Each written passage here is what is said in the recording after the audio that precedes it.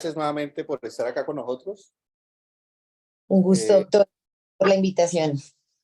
El día de hoy vamos a hablar de conceptos básicos de la ventilación mecánica moderna para las estrategias de protección pulmonar. Pues esto va de la mano dentro del curso que venimos haciendo con el profesor Alejandro Segura.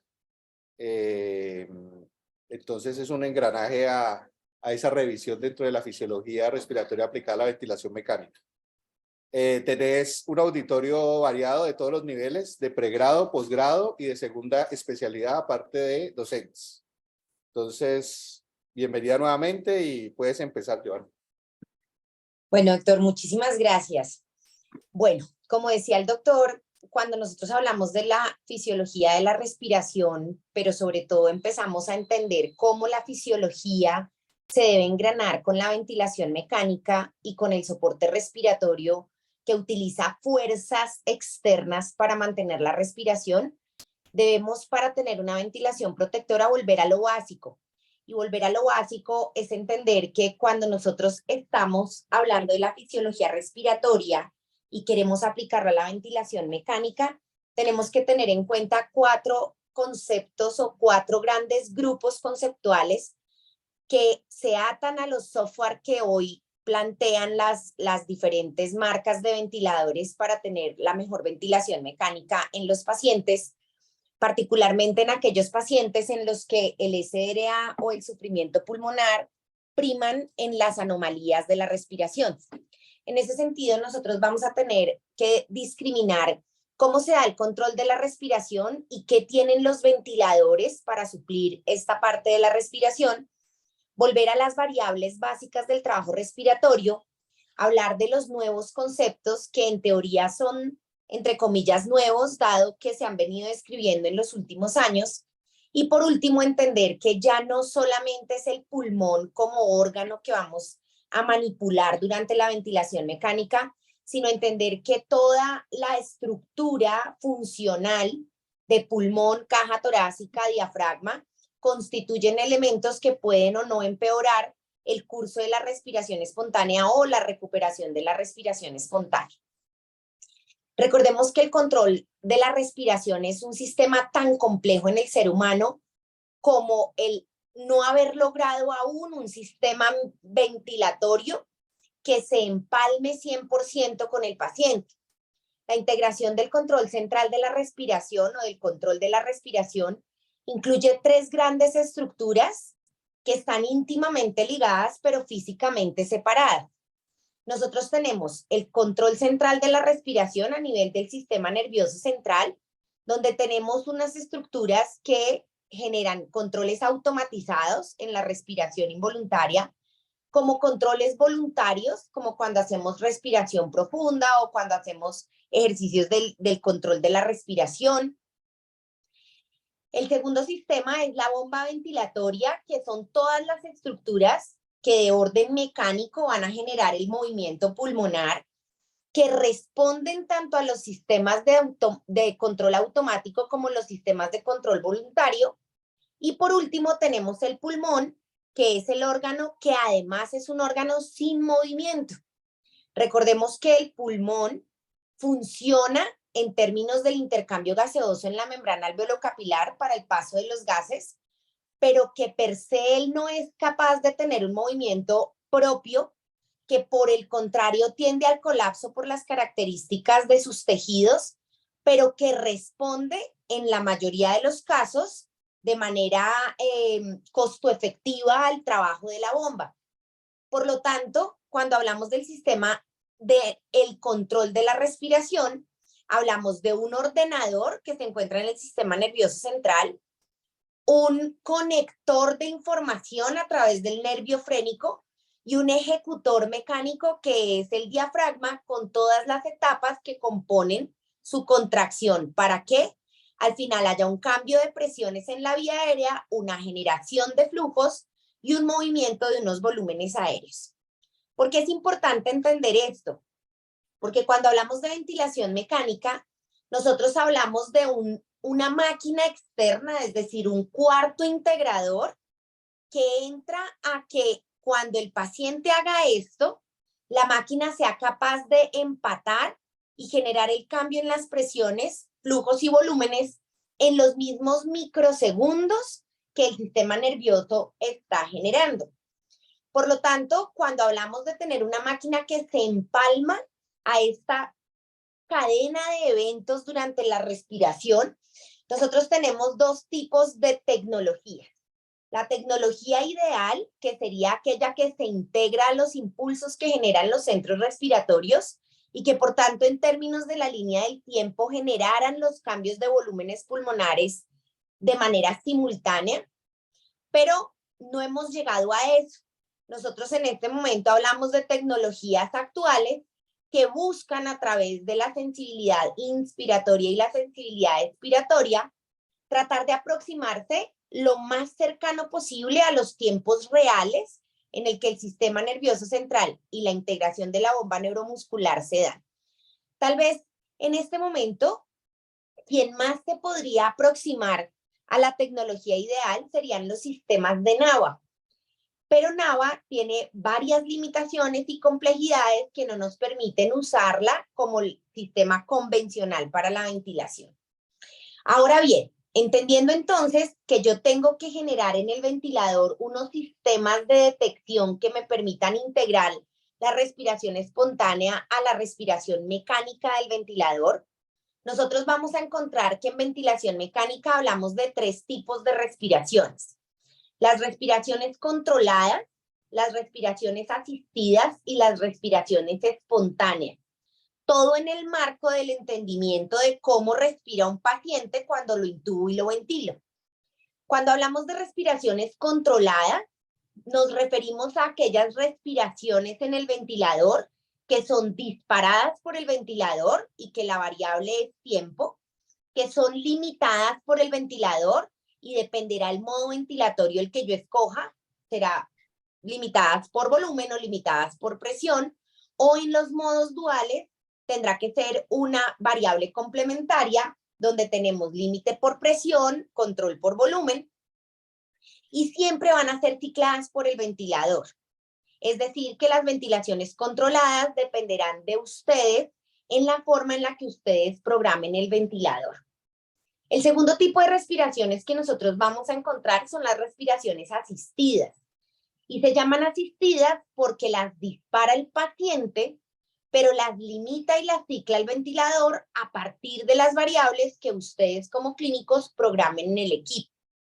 Y por último, tenemos las respiraciones espontáneas, que son aquellas en las que el control va a darlo el paciente porque las dispara él y las finaliza él, pero el ventilador tiene una función de soporte en donde normalmente lo que vamos a dar es flujo para alcanzar los volúmenes corrientes totales que dispare el paciente. Diferenciar estos tres tipos de respiraciones son fundamentales, básicamente para que ustedes avancen en el destete, en el paciente en el que han venido cumpliendo las metas terapéuticas del soporte, pero también para que ustedes sean capaces de determinar una adecuada prueba de respiración espontánea. Es decir, que no es simplemente identificar teóricamente qué tipo de respiración tengo, sino que sean capaces ustedes de tomar decisiones terapéuticas en el avance del soporte respiratorio de la manera adecuada, para no llevar al paciente al desgaste energético en respiraciones que todavía su bomba ventilatoria no es capaz de sostener, pero tampoco perpetuar el soporte respiratorio, favoreciendo el desacondicionamiento físico y el desacondicionamiento respiratorio. Ahora bien, para poder generar el ventilador este tipo de respiraciones, ustedes hoy, a diferencia de los ventiladores de hace 30 años, tienen tanto sensibilidad inspiratoria como sensibilidad expiratoria. Ustedes normalmente están concentrados en la sensibilidad inspiratoria, pero muchos de ustedes, cada vez que pasan la revista y miran cómo está respirando el paciente, se olvidan de mirar la sensibilidad expiratoria, que tal vez en los últimos 10 a 15 años, las casas de los ventiladores desarrollaron este parámetro para que ustedes sean capaces de dar mayor sincronía en el paciente. ¿Cómo se define la sensibilidad inspiratoria? Es el umbral del esfuerzo que usted le programa al ventilador para que detecte el esfuerzo del paciente y una vez detectado, el ventilador abra la válvula inspiratoria y permita que el ventilador suministre el flujo de llenado. Ustedes van a encontrar dos tipos de sensibilidad, tanto la sensibilidad por flujo como la sensibilidad por presión. Y sí hay dos diferencias importantes, y es que la sensibilidad por flujo es más rápida, es decir, es más sensible en términos del tiempo de respuesta, y la sensibilidad por flujo se detecta en la Y, mientras que la sensibilidad por presión se detecta en el sensor de presión dentro del ventilador. Es decir, que usted gana espacio, distancia entre la generación real del esfuerzo del paciente versus la detección real en la máquina. Los ventiladores de cuarta generación les permiten a ustedes escoger si quieren una sensibilidad por presión, que se determinará en centímetros de agua por tiempo, mientras que los ventiladores modernos tienen ya por default la sensibilidad por flujo. Entonces es importante que ustedes sean capaces de evaluar qué tipo de ventilador tienen y qué tipo de sensibilidad inspiratoria les ofrece. Por otro lado, la sensibilidad expiratoria es aquella que regula el fin de la inspiración y le da paso a la exhalación. Y la mayoría de ventiladores la tiene determinada por porcentaje de caída de flujo. Es decir, que a diferencia de la sensibilidad inspiratoria, donde el ventilador detecta el inicio de la inspiración, la sensibilidad expiratoria detecta el fin de la inspiración para darle la apertura a la exhalación. Es muy importante también que ustedes tengan en cuenta que cuando hablamos de la sensibilidad expiratoria, ustedes lo que están generando es la posibilidad de facilitar la sincronía, disminuyendo los riesgos de las asincronías por flujo. Por lo tanto, es muy importante, y más adelante en su curso, cuando vean asincronías, ustedes van a encontrar que este es un parámetro facilitador de sincronía. El siguiente concepto que vamos a tener en cuenta en la protección pulmonar es el entendimiento del trabajo respiratorio desde la concepción inicial hace 40 o 50 años, donde encontrábamos que el trabajo respiratorio era superar las resistencias elásticas y las fuerzas que se oponen al flujo tanto del tórax como del parenquima pulmonar, y que nos permiten la insuflación del volumen corriente y la deflación para la exhalación. Tradicionalmente, nosotros encontramos que el trabajo respiratorio se compone de tres componentes, valga la redundancia. El trabajo elástico, que corresponde a la resistencia elástica que provee el parenquima pulmonar para la inflación y que es dependiente del flujo aéreo, y que corresponde a la distensibilidad pulmonar y a la distensibilidad de la caja torácica para el llenado pulmonar. Y esto es muy importante porque cuando nosotros ventilamos a los pacientes, tenemos que pensar en cuánta energía tengo que yo imprimir para la inflación pulmonar, pero también cuánta energía voy a necesitar para movilizar la caja torácica durante esa insuflación.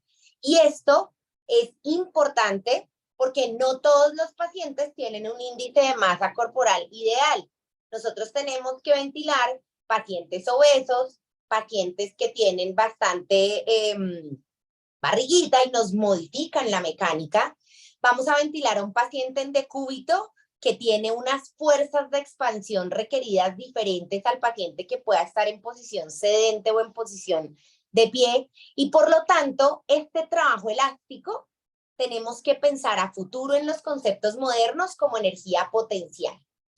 El segundo componente es el trabajo resistivo, que corresponde a las fuerzas que se oponen al paso del aire y que corresponden tanto a la resistencia de la vía aérea, tanto del paciente como la vía aérea artificial, así como la resistencia tisular durante los movimientos respiratorios. Este es un trabajo que en términos de energía es un trabajo disipativo, es decir, que esta energía no se almacena y por lo tanto tengo resistencias friccionales que debo tener en cuenta cuando programo el ventilador para evitar todos los daños que hace la potencia de trabajo. Y por último hablamos del trabajo inercial, que en adultos es relativamente despreciable porque su porcentaje o su cantidad de trabajo respecto del trabajo total es muy poco, pero que sí se convierte en una variable importante cuando hablamos de ventilación de alta frecuencia, que si bien en adultos, hoy por hoy la ventilación de alta frecuencia no es recomendada, en el paciente neonatal sí tenemos un alto uso de la ventilación de alta frecuencia. Entendiendo entonces estos tipos de trabajo que se suman en el trabajo respiratorio, nosotros vamos al final a entender que el concepto básico del trabajo respiratorio es fuerza por distancia, en donde la fuerza que nosotros imprimimos es una energía requerida para que nosotros podamos desplazar un cuerpo una distancia X. En términos generales, cuando hablamos de trabajo respiratorio, entonces, es la fuerza que tenemos que ejercer del diafragma y los músculos de la caja torácica para desplazar la caja torácica y traccionar el parenquima pulmonar para la inflación. Y esto nos lleva a los conceptos que están descritos hace más de 5 décadas de las variables independientes y dependientes que tenemos en la fisiología que debemos llevar al ventilador para programar de la mejor manera al paciente. Y dentro de las variables independientes que tendremos capacidad de modificar directamente en el ventilador, tenemos la presión, los volúmenes y los flujos administrados. Teniendo en cuenta que los flujos, si bien yo los puedo manipular en el ventilador, la forma en la que yo los manipule va a estar íntimamente ligada a si yo escojo ventilar a mi paciente en modalidades por volumen o en modalidades por presión. Y esto nos lleva, esta manipulación nos lleva a la manipulación indirecta de las variables dependientes, que son las resistencias y las distensibilidades. Entonces, fíjense que cuando nosotros nos ponemos de frente al ventilador y vamos a programar los parámetros de un paciente, siempre estamos pensando en cómo impacto la distensibilidad y cómo impacto las resistencias, pero a través de la manipulación de las variables independientes, que en los ventiladores de segunda o tercera generación no nos permitían hacer un monitoreo estricto, cercano, íntimo del cambio, mientras que los ventiladores modernos no solamente nos muestran las variables cuantitativas numéricas de este impacto, sino que además nos muestran los cambios gráficos que en tiempo real yo puedo observar cuando programo al paciente. Y esto nos busca es que nosotros como clínicos, cuando estamos manejando al paciente ventilado, podamos entender cómo estoy impactando en las propiedades estáticas y dinámicas del pulmón. Y recordemos que las propiedades estáticas del pulmón son aquellas que yo busco impactar en ausencia del flujo aéreo y que van a estar determinadas por el proceso patológico del paciente, por el momento en el que estoy ventilando al paciente y sus cualidades del parenquima pulmonar y, por supuesto, la influencia que van a tener los parámetros ventilatorios que yo esté programando en el ventilador. Y básicamente, las propiedades estáticas del pulmón en este caso serán la elastancia, la tensión superficial y la distensibilidad que finalmente el paciente tenga por las características actuales de su parenquima pulmonar y su caja torácica, pero también cómo las modifico con los parámetros ventilatorios. Mientras que las propiedades dinámicas del pulmón son aquellas que yo voy a manipular con el ventilador durante la interacción que tenga el movimiento de los gases. En las ventilaciones controladas dependerán únicamente de lo que yo programe en el ventilador, mientras que en las ventilaciones, tanto asistidas como espontáneas, dependerán de la sumatoria de lo que haga el diafragma y los cambios que genere la contracción diafragmática, más los cambios que generen las ventilaciones controladas de los parámetros que yo le haya puesto al ventilador. Y en este sentido, las propiedades dinámicas estarán relacionadas con el flujo de gas generado por el diafragma o proporcionado por el ventilador, la resistencia de la vía aérea del paciente más las alteraciones que dé la vía aérea artificial, y por último, la interacción de las propiedades estáticas durante las transiciones de la inflación y la deflación de la respiración. Hasta aquí era lo que nosotros siempre revisábamos en el pasado y pensábamos que solamente para hablar de ventilación y protección era entender qué pasaban con las presiones, las resistencias, los flujos y las distensibilidades. Hoy, cuando hablamos de los conceptos modernos de la ventilación mecánica, tenemos que necesariamente hablar de tres características que suceden en la respiración y que están determinadas por las fuerzas y las energías que imprimimos durante la ventilación mecánica. Y aquí hablaremos de la presión de conducción, el estrés y el strain ventilatorio y el poder o potencia mecánica, que tal vez hoy por hoy es el factor más importante que determina la protección pulmonar. Cuando nosotros hablamos de la presión de conducción, hablamos de la relación entre la presión de distensión que le estamos imprimiendo al sistema y la distensibilidad del sistema respiratorio, en la que el volumen que estamos entregando hace los cambios o genera los cambios y que se constituye en una relación que teóricamente es inversamente proporcional entre la distensibilidad del sistema, es decir, la capacidad que tengo de apertura, versus la presión con la que se está imprimiendo esa apertura. Y es básicamente lo que vemos en esta gráfica. En la medida en que yo gane distensión a menor presión, yo tengo una protección pulmonar que me lleva a ventilar al paciente dentro de una zona de seguridad, mientras que el requerimiento de mayores presiones en pocas aperturas, es decir, distensibilidades disminuidas, nos lleva de zonas seguras al paciente a zonas de riesgo.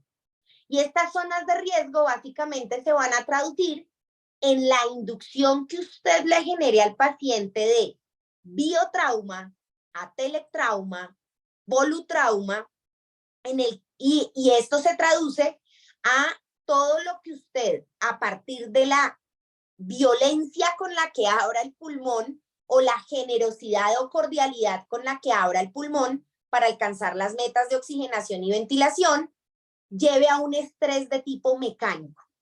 Y yo creo, doctores, que esta es la diferencia entre lo que ventilábamos 20 o 30 años atrás, donde a cualquier costo abríamos el pulmón, incluso si la necesidad era de relajación neuromuscular para ser fuertes y abrir el pulmón, o lo que hoy tenemos en la ventilación moderna, y es la capacidad adaptativa de ir disminuyendo el volumen pulmonar, entendiendo que me enfrento a un pulmón de bebé y en el que voy poco a poco generando esa apertura alveolar. Y esto es lo que el doctor Amato nos mostró desde hace más de 2 décadas y nos hizo entender que la presión de conducción es el entendimiento de cuál es la diferencia en términos de presión que tengo desde el punto basal del pulmón, que es el valor de PIB programado. Recordemos que en ventilación mecánica mi nuevo cero es el PIB programado, y la presión final de apertura cuando se ejecuta todo el efecto péndulo. Es decir, que esta diferencia entre la meseta y el PIB, este delta de presión de conducción, constituye en realidad cuáles las fuerzas de presión que yo estoy generando en el alvéolo entre el ciclo de vaciamiento, que es la PIB, y la apertura de distribución y homogenización del volumen circulante. Por lo tanto, nuestra función en términos de la presión de conducción es generar el mínimo cizallamiento entre apertura y cierre, pero también generar el mínimo estrés y strain ciclo a ciclo. ¿Y por qué es importante entender la presión de conducción como una meta primaria durante las estrategias de protección pulmonar? Y es porque Amato ya nos demostró, y lo han replicado otros estudios, que a mayor presión de conducción, mayor mortalidad. Es decir, que el control de estas fuerzas que mantienen la apertura y el cierre del pulmón durante la ventilación mecánica sí es un indicador de desenlace fuerte en términos de seguridad del paciente. Si bien nosotros empezamos con presiones de conducción de 20 como presiones seguras, hoy sabemos que las presiones de conducción deben estar alrededor de 15 centímetros de agua para poder asegurar no el éxito de la ventilación per se, pero sí poder asegurar que la ventilación que estamos administrando es menos nociva y que nos alejamos de inducir lesiones que aumenten la mortalidad por malas prácticas durante la ventilación mecánica. A partir entonces de este concepto, vamos a entender que la forma en la que yo tengo de dar o de controlar estas presiones de conducción mínimamente nocivas van a ser el volumen, disminuir los volúmenes, es decir, entrar a ventilaciones con volúmenes bajos, nos lleva a tener la necesidad de optimizar el nivel de PIB. Recuerden que si la diferencia es la meseta menos el PIB, la utilización de un PIB óptimo me va a permitir disminuir ese delta con mejores desenlaces tanto en ventilación, oxigenación como en apertura. Y por supuesto, hoy más que nunca, el considerar la ventilación prono, donde redistribuimos las áreas posibles de ventilación para la obtención de menores presiones. Y mencioné previamente que la ventilación, que la presión de conducción está íntimamente ligada al estrés y al strain, y es porque estos dos conceptos, que son un poco más nuevos, están descritos en cómo dinámicamente yo modifico, entendiendo estos conceptos modernos, cómo modifico las aperturas pulmonares para tener la ventilación mecánica menos tóxica. Y aquí los conceptos de estrés y strain debemos entenderlos que son diferentes, pero que están íntimamente ligados. La definición básica del estrés es la presión de distensión o la tensión que nosotros aplicamos a las estructuras del fibroesqueleto pulmonar.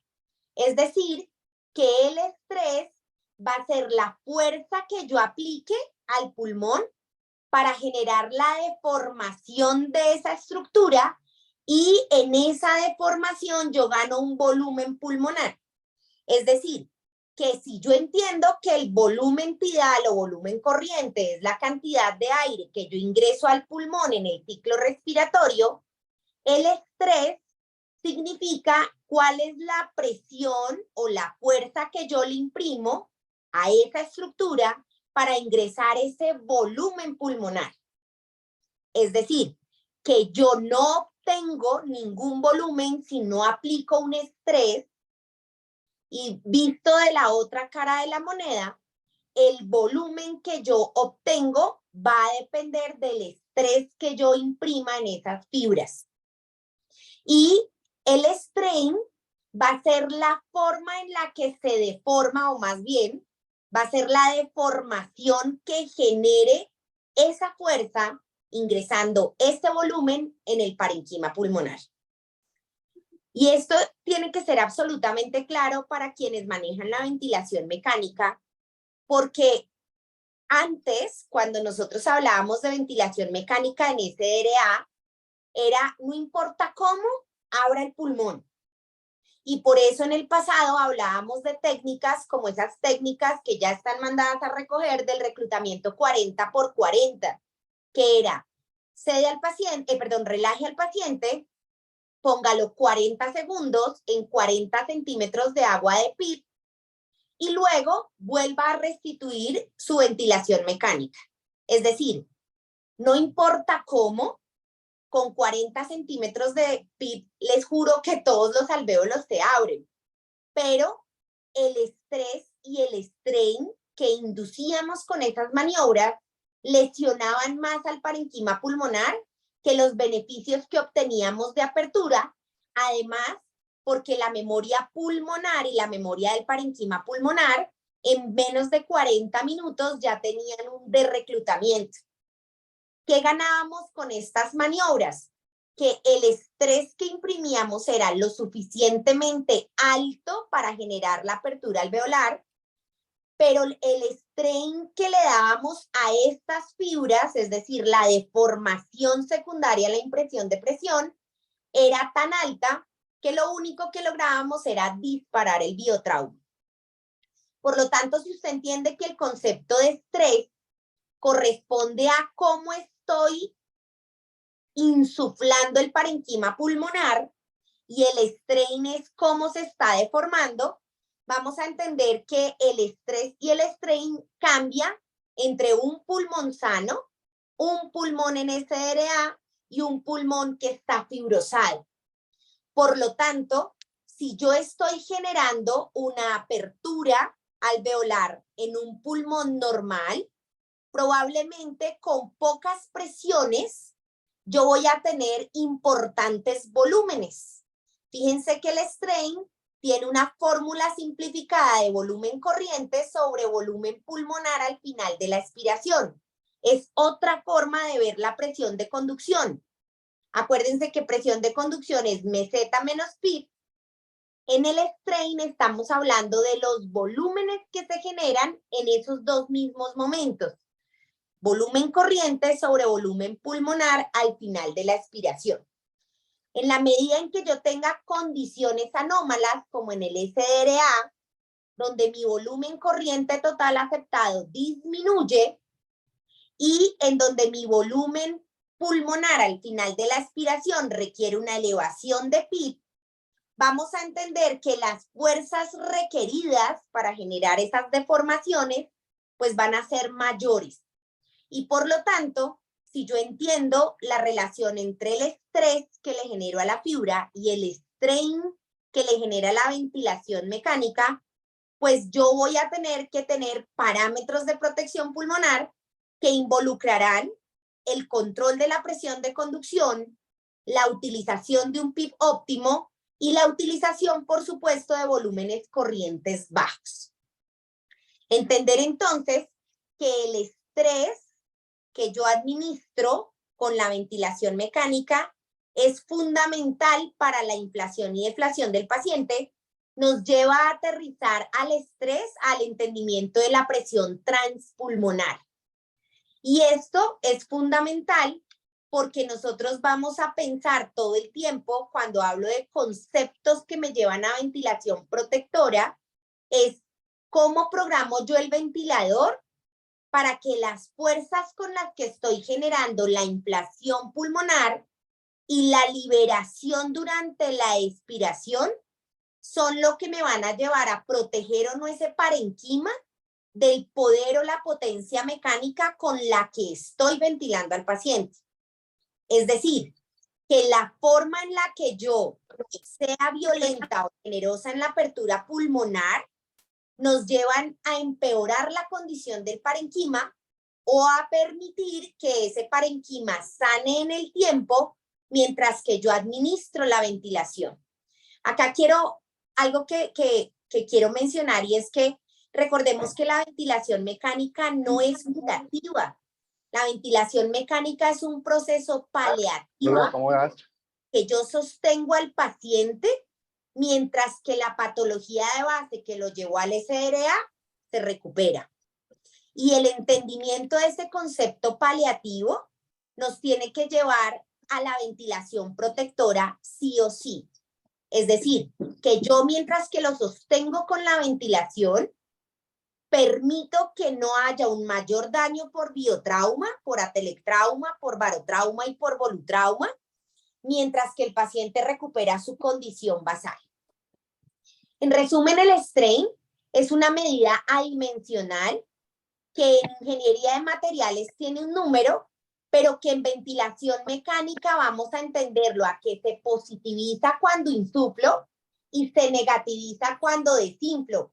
Es decir, que el strain crece durante la insuflación del volumen pulmonar y que decrece durante la deflación, pero que si yo no tengo un peak óptimo programado, pues voy a tener mayor strain que está teniendo un efecto deletéreo y que la magnitud entonces va a ser dinámica entre los ciclos respiratorios. Y por lo tanto, este strain que tiene que estar entendido desde esta deformación, ustedes lo tienen que tener en cuenta cuando programan volúmenes, flujos, tiempos y peak.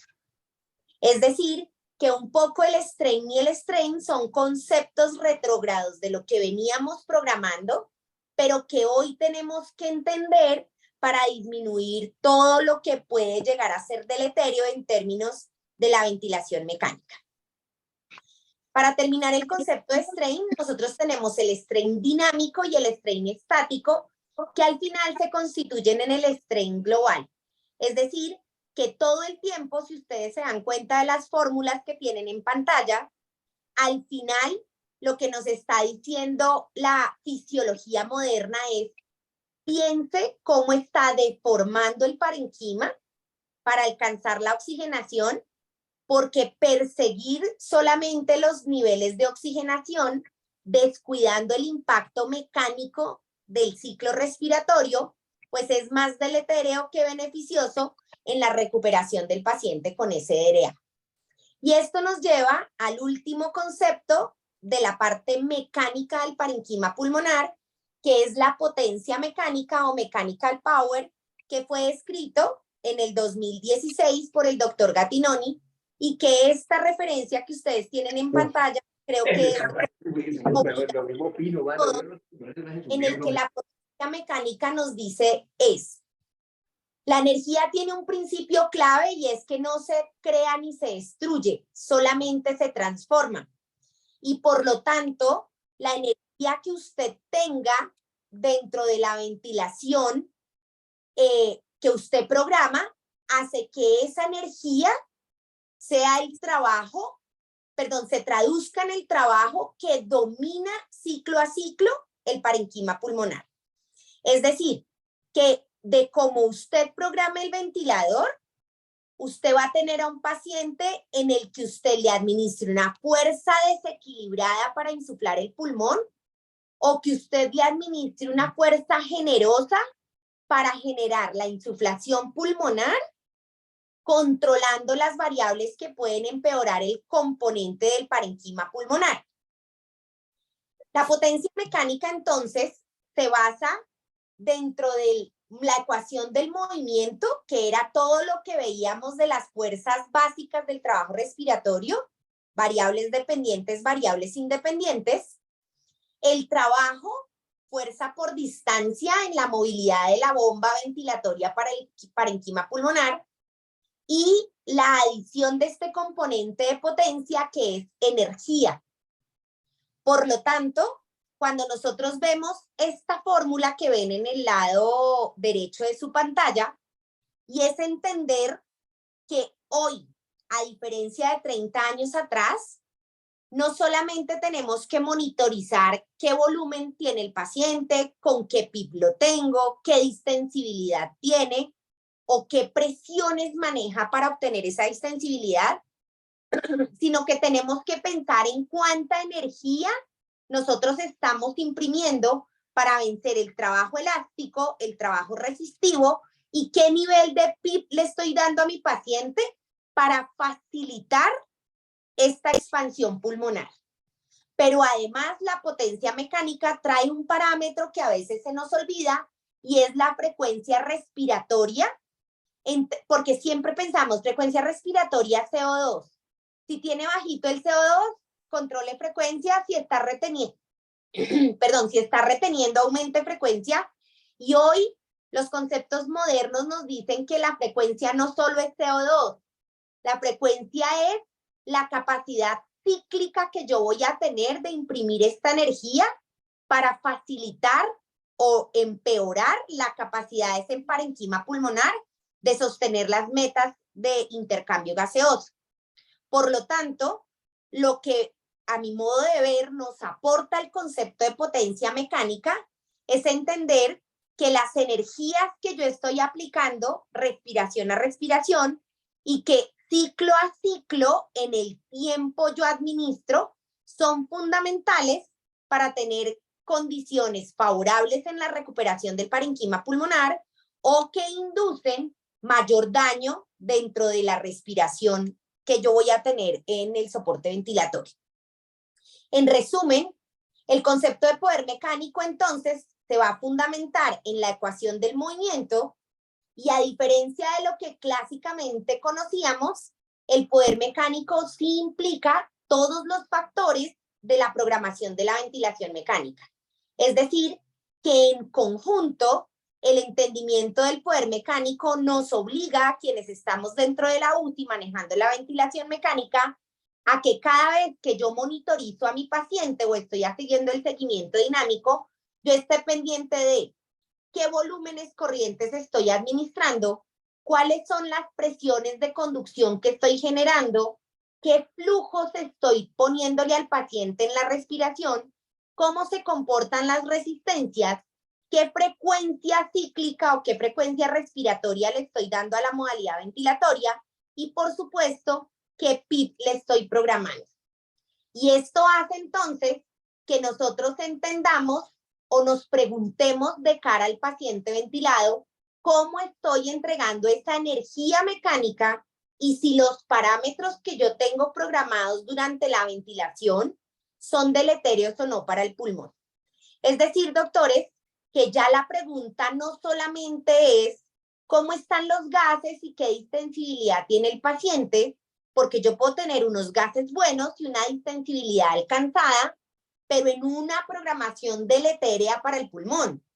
Por lo tanto, tenemos que tratar de entender las fuerzas con las que yo estoy alcanzando esas distensibilidades y ese intercambio gaseoso.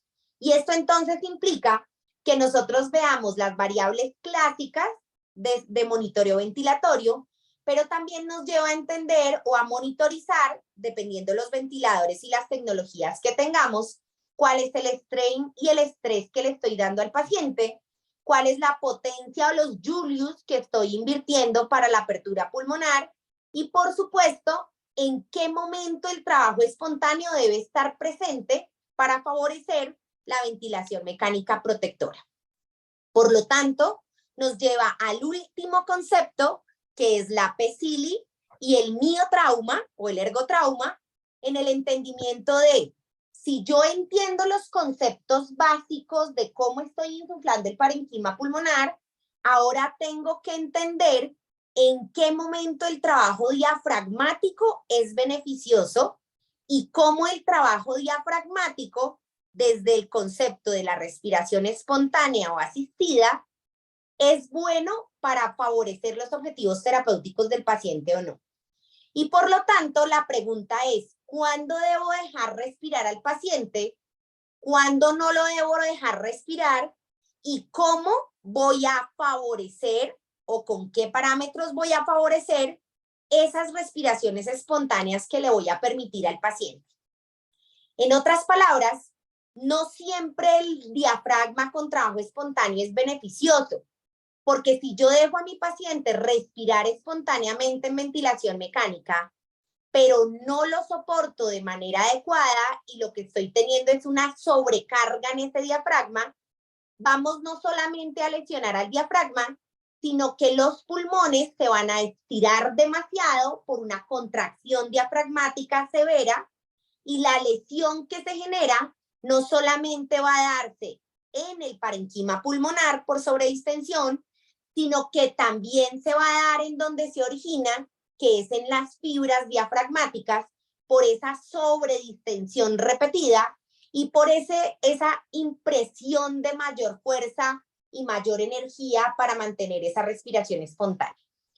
Por lo tanto, entender que la PECILI o la lesión autoinfligida por el paciente a nivel pulmonar es una lesión que usted como clínico debe evitar sabiendo, uno, en qué momento no debe permitir ese trabajo espontáneo desde el diafragma, o dos, si usted va a permitir que haya trabajo diafragmático, ¿cómo lo va a subsidiar para que ese trabajo diafragmático sea generoso, tanto con el generador de fuerza, es decir, la fibra diafragmática per se, como evitar la lesión pulmonar por ese sobreesfuerzo diafragmático?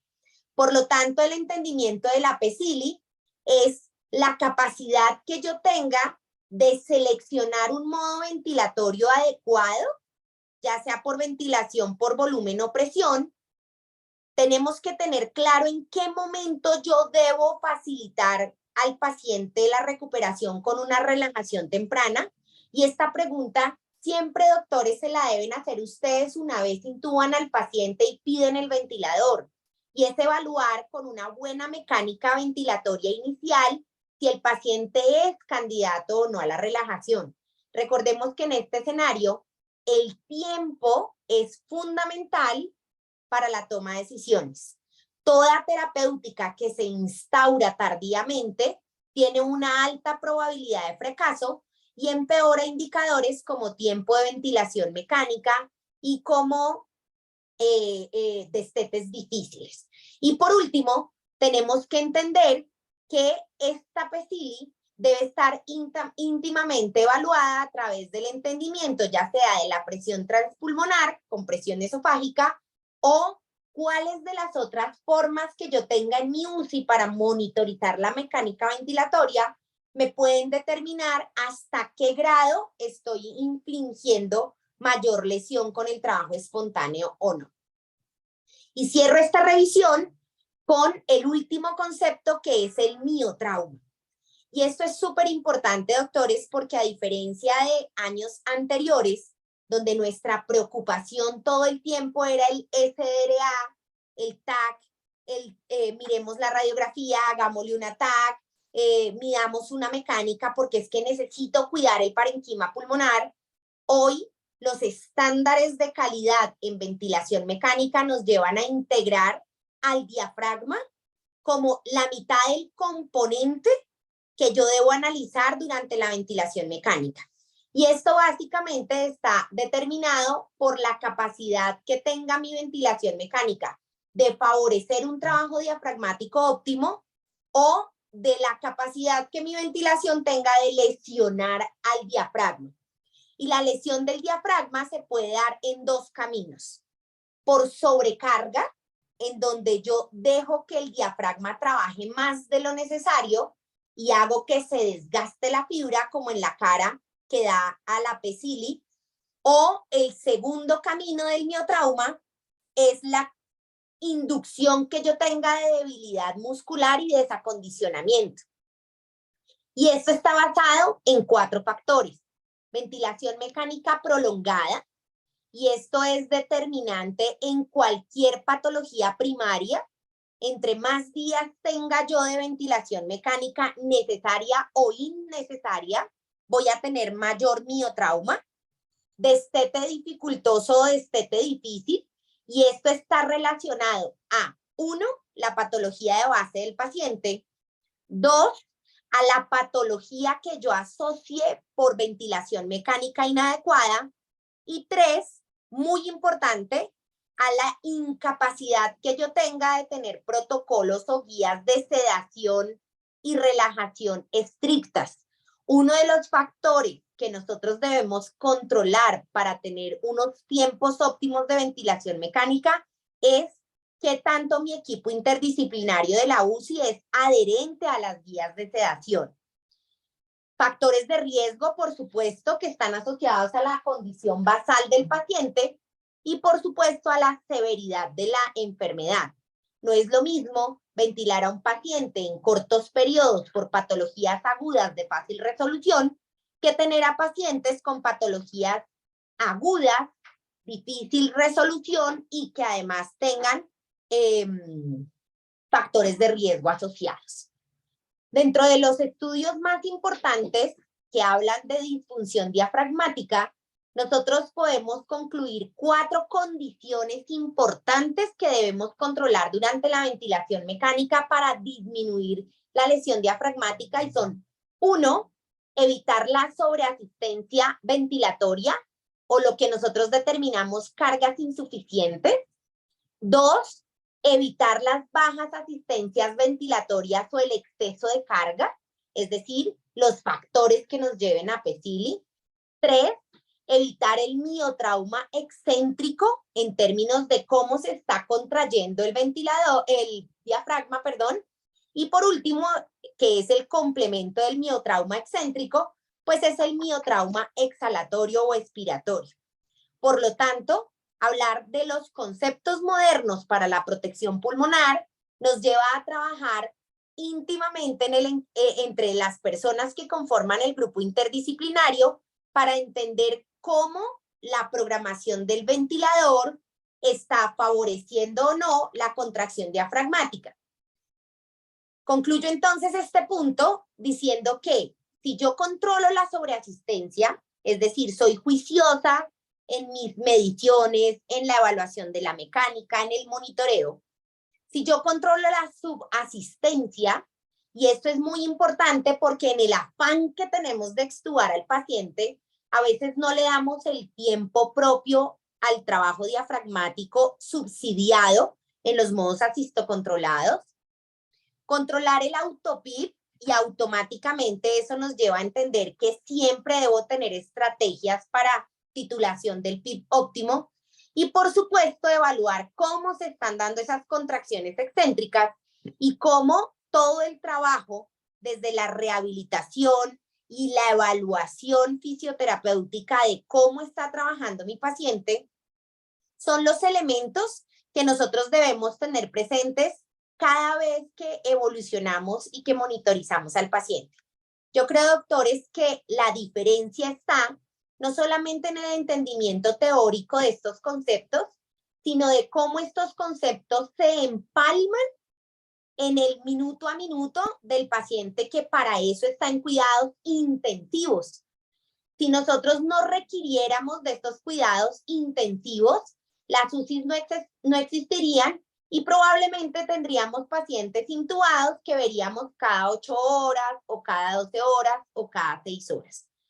En conclusión, la ventilación mecánica moderna tiene como pilar el entendimiento de la respiración como un sistema dinámico en el que, doctores, tenemos que ver que hay variables de orden físico, tenemos variables de orden químico y tenemos variables de orden biológico, y que entender cómo progresa el SDRA de acuerdo a la patología de base es muy importante, pero también entender qué le sumo yo al empeoramiento del SDRA con la ventilación mecánica es fundamental. Tal vez, si nosotros vemos cómo eran los SDRAs de hace 30 años a los que se presentan hoy, en menor cantidad y en menor proporción en términos de la severidad, es lo que hemos podido lograr hoy con la ventilación mecánica moderna, disminuyendo el BILI, pero no solamente necesito un buen ventilador, sino que necesito un buen clínico de cara al ventilador para programar al ventilador de la mejor manera. Y por lo tanto, a mí este diagrama del doctor García Prieto, que es un diagrama ya que tiene casi 10 años, me parece la mejor imagen para la que nosotros debemos preparar nuestro análisis de paciente y entender que la programación del ventilador es fundamental a partir de cómo entiendo la fisiología y los conceptos modernos, pero también cómo voy a manejar ese ventilador mecánico, que será concepto de otra charla. Muchas gracias.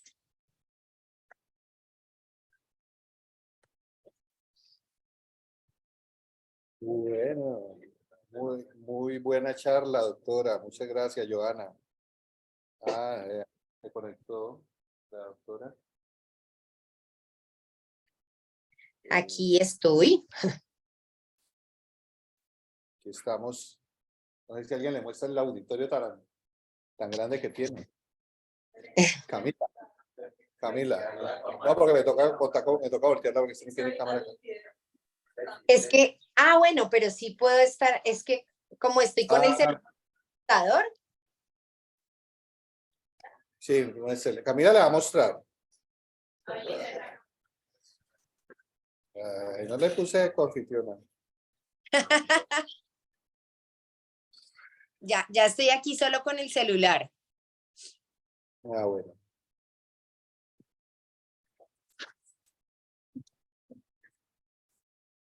No sé, hoy mi computador falló. Sí. No, pero valió la pena la espera. Ahí está demostrándote. Bueno, Oh, sí, ya lo vi. sí. Bueno, preguntas, vamos a hacer preguntas, Alejandro. Bueno, nos has hecho una revisión muy interesante. Se ve cómo ha evolucionado en lo que tú dijiste al final, en el análisis de la mecánica ventilatoria. Mira que llama la atención que ya no es solo el concepto de volumen corriente con estrategia de ventilación protectora, que ya es un concepto de más de 20 años. De hecho, casi ni lo nombraste ya, ¿no? Ya hablas de lo que tú decías, de esos conceptos que están relativamente relacionados con la física de la mecánica ventilatoria. Esos conceptos que también con Alejandro hemos estado recalcando en los últimos meses, de elasticidad, elastancia y extensibilidad, y cómo al aplicar esos tres conceptos uno se da cuenta de ese impacto en ese concepto de deformación que las tres definiciones la tienen, realmente tienen eso en común, ¿no? Cuando uno habla de la capacidad elástica, de la capacidad de elastancia y capacidad de extensibilidad, es la capacidad, es básicamente los tres tienen eso en común, cómo se deforma un objeto o un órgano, en este caso el pulmón, que esos conceptos también físicos también son aplicados al sistema cardiovascular que como lo hemos revisado nosotros. Yo tenía una pregunta en relación a eso porque yo veo que todavía se habla, como usted lo dijo, desde el punto de vista teórico de todos estos conceptos y uno los puede hasta tener muchas veces claro, pero uno ve en la práctica y creo que no se están monitorizando aún con ese nivel sí, de extensibilidad. Bueno, la extensibilidad de pronto sí, pero el análisis de rigurosidad, esa es la palabra, en relación a cómo puede impactar esos otros dos conceptos que tú dijiste, el estrés y el strain. Como de pronto es una charla para la siguiente charla, ¿no? ¿Cómo vas a monitorizar todo esto que acabaste de decir? Sí, ahí me adelanto un poco, doctor, y es que definitivamente la biotecnología sí genera un impacto en cómo vamos a ser capaces o no de implementar esto. Que yo creo que es la pregunta que me quería hacer el doctor es eso, ¿cómo lo implementamos? Exactamente. O si ya usted, por ejemplo, usted que se ve que es una académica, en sus grupos de terapia tienen un orden, bueno, a este paciente vamos a medirle, vamos a hacerle el análisis del strain, pues le miran la curva me imagino la curva de presión-tiempo, cómo está la curvatura, si está sobredistendido o está de reclutado o está normal. Vamos a calcularle el poder mecánico, que estuvimos muy juiciosos en la pandemia, pues yo hablo de mi grupo, en la pandemia, pero veo que últimamente no volvimos a medir poder mecánico, ¿no? Entonces no sé si tienes de pronto un orden, así como mostraste esa gráfica al final de todos los mecanismos de interacción físicos, químicos y biológicos, algo Sí. así, o cómo haces tú en tus grupos. Pues sí, no, yo creo que más que de pronto una herramienta integrada que nos diga como el checklist, yo creo que hay 4 cosas, doctor, que nosotros tenemos que tener siempre presentes en esa implementación de cómo llevo todo esto teórico a lo práctico para que se beneficie mi paciente. El primer concepto para mí clave es que si todo el equipo está pensando en que la forma en la que lo hago puede ser buena o puede ser mala, porque hago un paréntesis aquí, cuando yo me formé hace un par de años, a nosotros solo nos decían, esté pendiente de la pico, la meseta y la distensibilidad.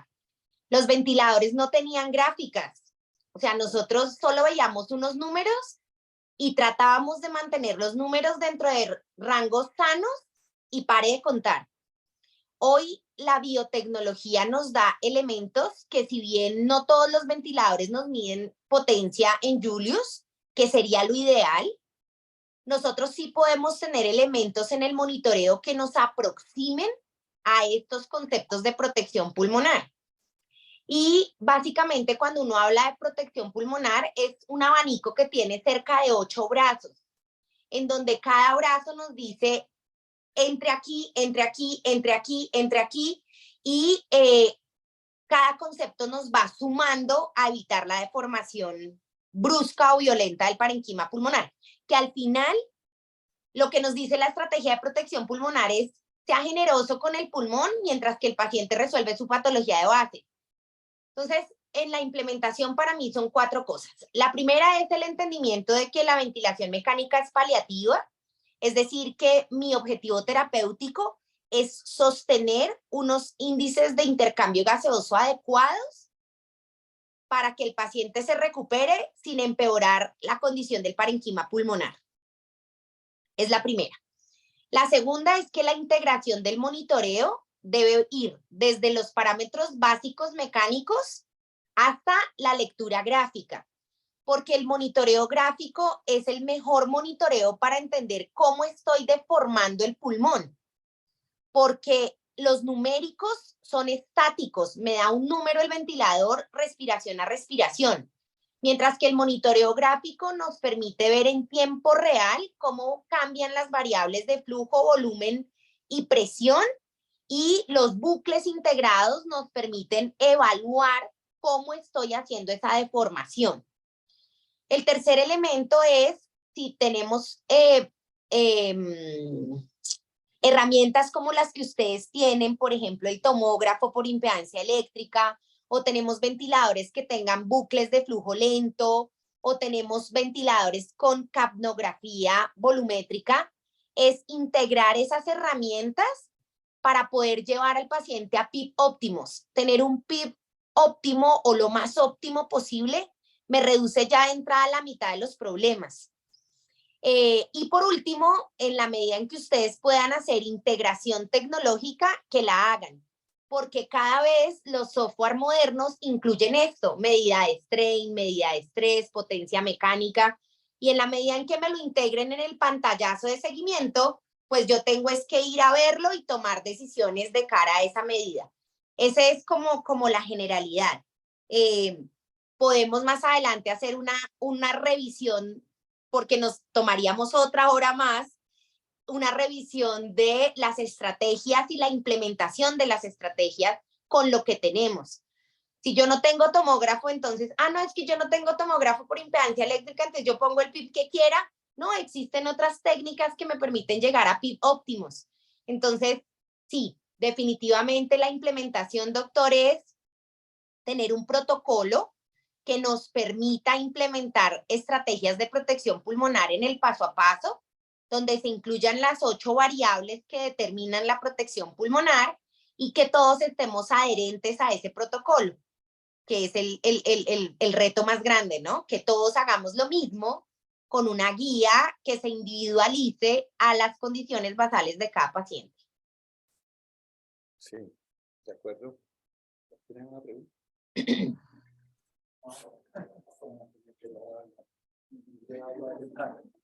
Aquí el doctor Alejandro habla. Hola, Joana, ¿cómo estás? Hola, doctor, un gusto. Caballero, y no hablo, me regaña. Bueno, no, yo creería que nosotros, lo que dice Fabricio es cierto, o sea, la implementación de medir el poder mecánico del strain como un valor, digamos que eso ha sido un hito que se le dio a Mato por ponernos la presión de conducción, porque antes de todas formas teníamos la presión, el mesete y el PIB, y eso es una extrapolación de esos dos conceptos que siempre se tuvieron en cuenta, solo que ahora es mucho más tangible, porque a usted ya le dicen, vea, es que la conducción es 20, entonces usted ya como que se asusta porque ya le dijeron que 13 es el valor, que eso tiene que estar entre 13 y 15. Entonces, yo creo que eso es lo mismo que está haciendo la transición del poder mecánico. Todavía el poder mecánico está en esa transición de volverse un valor tangible, de volverse un valor que sea rápidamente consultable, ¿sí? Todavía no es tan claro porque todavía estamos en la transición, ¿no? En la transición de desarrollo de mejores ventiladores que ya te tienen el valor, porque hasta ahora lo que estamos haciendo es meter esa fórmula tan compleja, pues de un poco de valores en un Excel y que ese Excel nos dé el resultado y entonces sobre ese resultado tomar la decisión. Y cuando uno es simplista y tiene tantos pacientes y todo eso, uno ya dice, ah, bueno, pues si tengo flujos bajos, si tengo frecuencias bajas, si mi PID es bajo, las presiones altas, el poder mecánico es bajo, ¿sí o no? O sea, uno ya no se pone a hacer toda esa formulota, porque al final uno va a saber qué pacientes realmente van a tener un poder mecánico elevado, aquellos que tengan PIB alto, que yo tengo que tenerle la frecuencia en 30 para poder manejar el CO2, pues esos son los pacientes que ya estoy diciendo, no, pues el poder mecánico lo debe tener volado, así no tenga el dato. Sin embargo, tener el dato es una medida, digamos, tangible para el clínico, para que nosotros que nos movemos en eso con el valor, pues si usted no le muestra el valor al clínico, pues él no lo asocia, ¿sí? Entonces yo creo que estamos en esa transición, Johanna, de poder ponerlo más tangible el poder mecánico, ¿cierto? De poder medir todas estas cosas y estamos en la transición de combinar otras estrategias, como dices tú, de combinación tecnológica, de tener buenos ventiladores. Ya salimos de tener buenos ventiladores solamente a tener equipos como la ultrasonografía, como lo que mencionas, el tomógrafo de impedancia eléctrica, y estas combinaciones seguramente están orientadas a la seguridad del paciente. Bueno, Sí, sí, también es verdad. Una cosa es tener el equipo para investigar y otra cosa es tenerlo en el día a día, ¿no? O sea, ¿qué unidades de cuidado intensivo tienen el tomógrafo de impedancia eléctrica para el tratamiento del paciente en el día a día? Nosotros tuvimos oportunidad en el COVID, pero se amarró a un proceso de investigación. Ahorita, pues, tenemos que, Fabricio lo va a comprar en estos días cuando pase un proyecto, pero todavía no se ha dicho, ya que estamos en eso. pero ahora que tú lo mencionas, cuando yo trabajaba en la clínica La Colina, recién abrimos la UCI, nosotros tuvimos la oportunidad con la compañía que trajo el Pulmovista a Colombia, nos lo dejaron 6 meses en la UCI.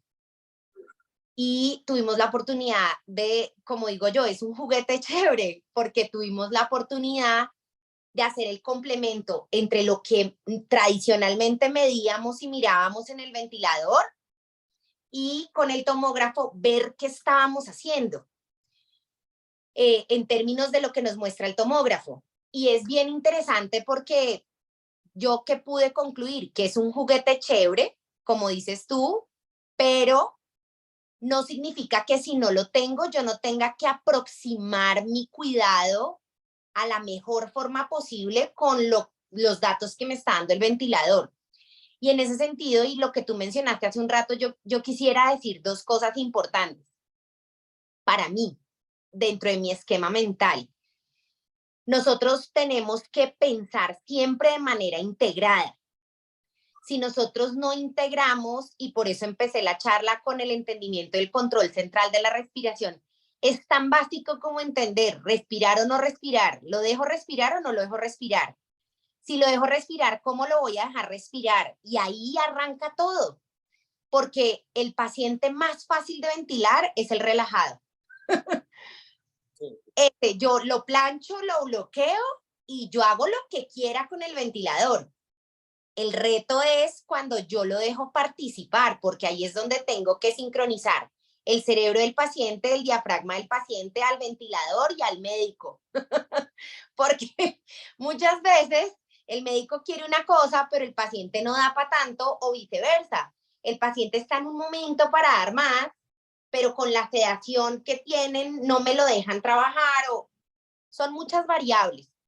Entonces, yo creo que conceptualmente, como tú decías, más allá de querer tener el número en la pantalla del ventilador, nosotros tenemos que empezar a pensar con el concepto de cómo lo deformo y con qué violencia para saber cómo ventilo al paciente.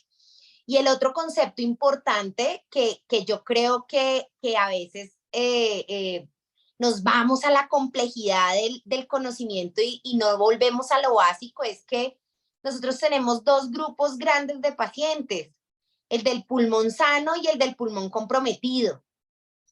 El paciente que está ventilado con pulmón sano, es decir, que tiene una condición de base que lo hizo requerir ventilación, pero que no tiene un pulmón lesionado, se debe ventilar de manera básica, basal.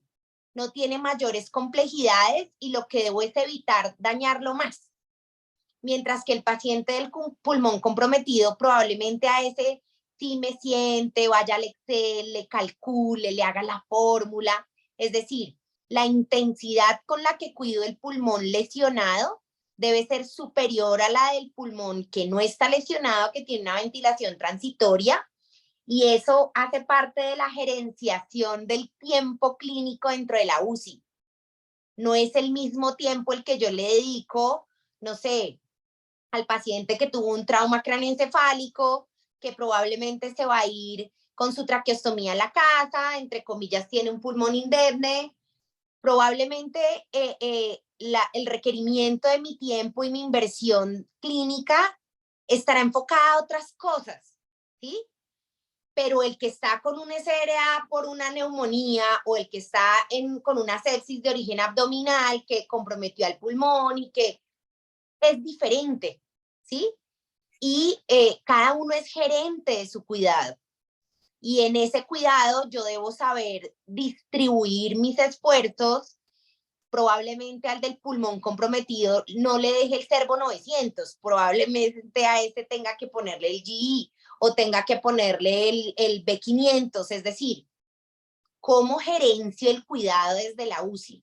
Y eso hace parte a lo que vamos en cuidado intensivo, y es que somos unidades gestoras de calidad y seguridad del paciente.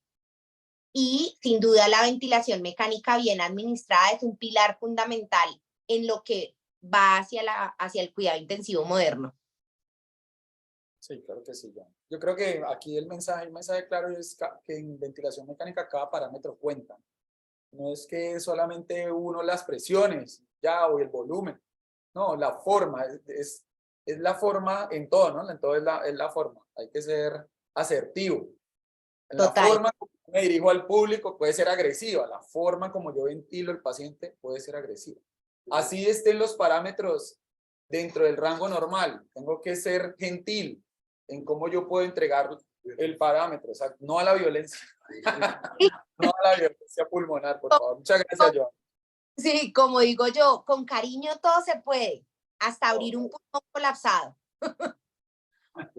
Tú pusiste ahí, yo pusiste ahí como un límite o no, o una normalidad del poder mecánico de 12.5 joules, creo que pusiste. Pero eso es en pulmones no tan comprometidos, ¿no? Porque yo me acuerdo que cuando tuvimos esos GRA secundarios a neumonías complicadas por SARS-CoV-2,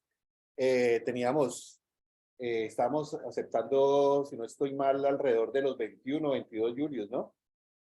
De normalidad. Sí.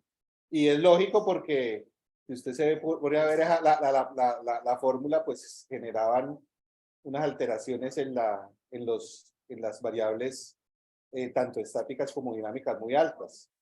Muchas veces eso dependía de cómo me comportaba. Y a veces sí, y a veces uno, como hacían tanta retención de CO2, les ponía mucha frecuencia respiratoria, y eso sí que le da peso, y por tanto el número va a ser más alto en cuanto a lo que nos va a dar del dato, del poder mecánico. Esos pacientes de 20 para arriba tenían unos poderes mecánicos muy, muy altos. Tú, que veo que estás muy a la vanguardia de revisión de este tema, actualmente, ¿cuáles se consideran que deben ser los parámetros de llevar el poder mecánico? Sabiendo lo que dijo también Alejandro, que estamos en construcción de saber qué es lo óptimo. Sí, los valores siguen estando alrededor de los 12 julios. Incluso algunos hablan de un límite bajo en pulmones sin ningún tipo de trabajo adicional hacia los 9 julios, y hacia arriba podemos estar hacia los 15 julios. ¿Por qué? Y esto es importante, doctor. Una cosa es, ¿cuál es mi poder mecánico objetivo? Y otra es, ¿cuál es mi poder mecánico permitido con base a la patología basal del paciente? Si yo estoy en el momento más crítico, más severo, donde tengo la peor distensibilidad y la parte más incapaz para sostener una apertura alveolar sana, yo puedo tener en mi cabeza que yo quiero llevarlo a 15 julius, pero el parenquima pulmonar le dice, no, es que a esa potencia yo no me distiendo. Entonces, ahí es donde yo voy a darme el chance de que la energía que yo voy a imprimir para sostener ese trabajo va a ser mayor, porque a una energía menor simplemente no obtengo la ventilación, pero la forma en la que yo programo el ventilador debe ir enfocada a que esos Julius vayan bajando, ¿sí? Es como cuando ustedes inician vasopresores. Si ustedes tienen un paciente súper choqueado, que no respondió a líquidos y que necesita megadosis de vasopresor, ustedes la formulan. Pero ¿cuál es la instrucción? Apenas pueda, bájele. Lo mismo pasa con la ventilación. Si bien yo puedo permitir en la fase más crítica una potencia mecánica alta, que como usted mencionaba, doctor, hoy por hoy la potencia mecánica más alta se da cuando yo tengo más cizalla, es decir, cuando cíclicamente imprimo repetidamente la fuerza de apertura, pero en la medida en que yo rápidamente puedo bajar la fuerza de apertura, me voy aproximando a los valores normales. Eso nos da, digamos, la ventana de hasta dónde permito mientras que alcanzo la meta.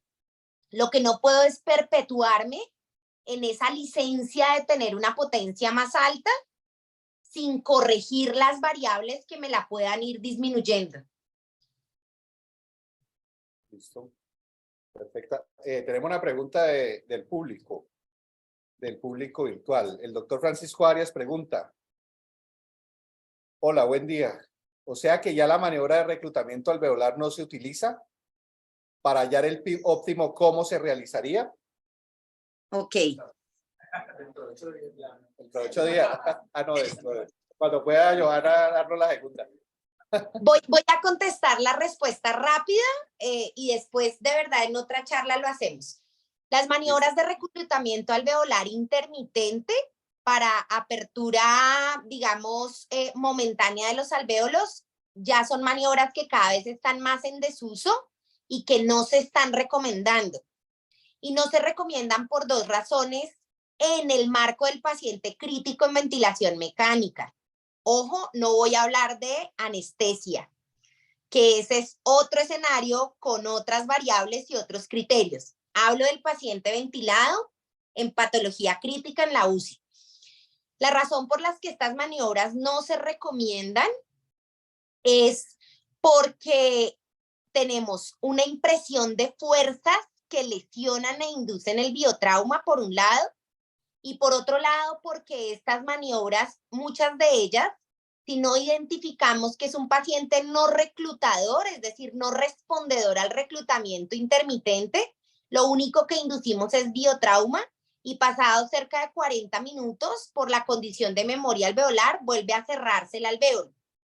Es decir, lo estreso, lo lesiono y en una hora estoy en el mismo cierre alveolar. Ojo, no estoy hablando de paciente bajo anestesia, estoy hablando del paciente crítico. Entonces la pregunta es, ¿y entonces si yo tengo un paciente en colapso, qué hago?